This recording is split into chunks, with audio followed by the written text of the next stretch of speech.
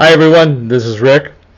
I'm going to talk here briefly about, and in a narrow view scope of transgenderism and how Spirit-filled Christians see and react with transgenderism.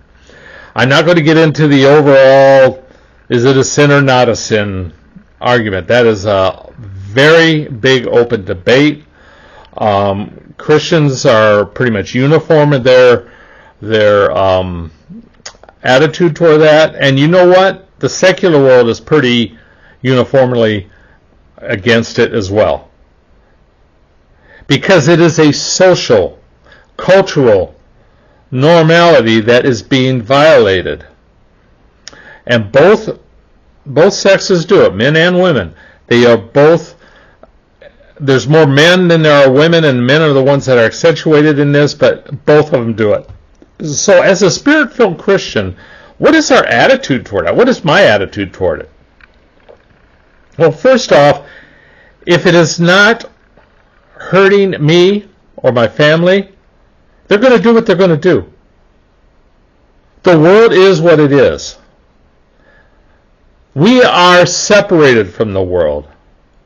If we get angry about it, get hostile about it, we're no better than the secular people who are getting angry and hostile about it.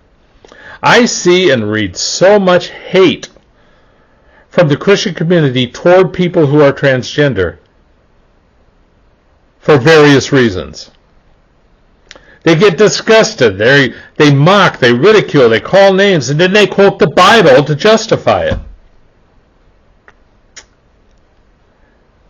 It's none of our business.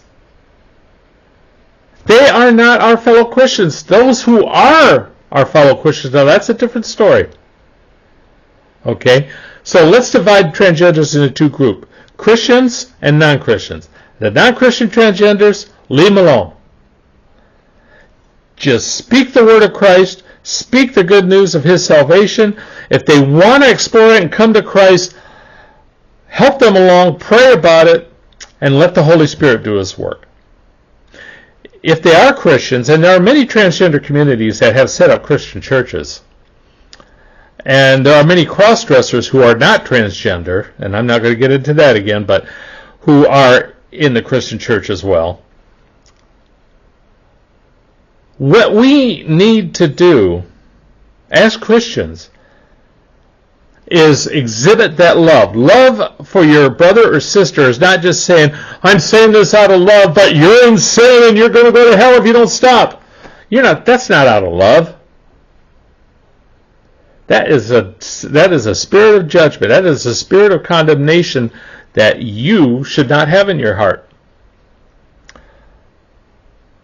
You should be patient and kind, just like Paul said in Corinthians 13. Read that chapter, the first few verses again. You do not mock, ridicule. You do not try to change them. You just preach God's love, Christ's salvation. Pray with them, pray for them, what have you. You don't know their hearts and desires. You don't know what's going on. Maybe the Holy Spirit is already working on them, and it's just taken a long time. You don't know that. And many transgenders who set up these churches, they set it up to justify their life. No Christians should go to the Bible or should go to Christ to justify what they want. We should go to Christ to let Him justify us through the Holy Spirit, so that God can be honored. And if that means giving something up we like, then that's what it means. And that's not something for us to tell people to do. So if they are sincere in their love of Christ and sincere in finding the truth of Christ, help them along. And Paul says to reprove in all humility and meekness.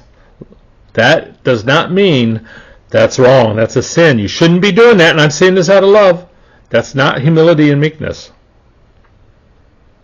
Otherwise, it is what it is. We are separated from the world. We're called to separate ourselves from the world. We're not called to separate others from the world. We're called to give them the tools, the opportunities, and let the Holy Spirit do it.